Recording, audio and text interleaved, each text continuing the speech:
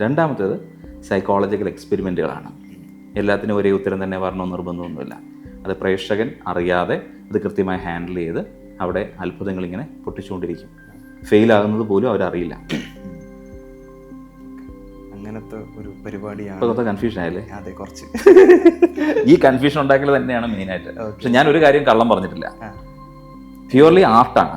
ഇതൊരു സൈക്കോളജിക്കൽ ഗെയിമാണ്. ആ ഗെയിമിലേക്ക് നിങ്ങളെ ആ ഒരു ചുഴിയിലേക്ക് കൊണ്ടുവന്നിടുക. ഇതിനെല്ലാം ഉപയോഗിക്കുന്ന ചില മാജിക്കൽ ടെക്നിക്കുകളാണ് അതിനകത്ത് ഉപയോഗിക്കുന്നത്. ആ ടെക്നിക്കുകളിലൂടെ നിങ്ങളെ അത്ഭുതപ്പെടുത്തുന്നു.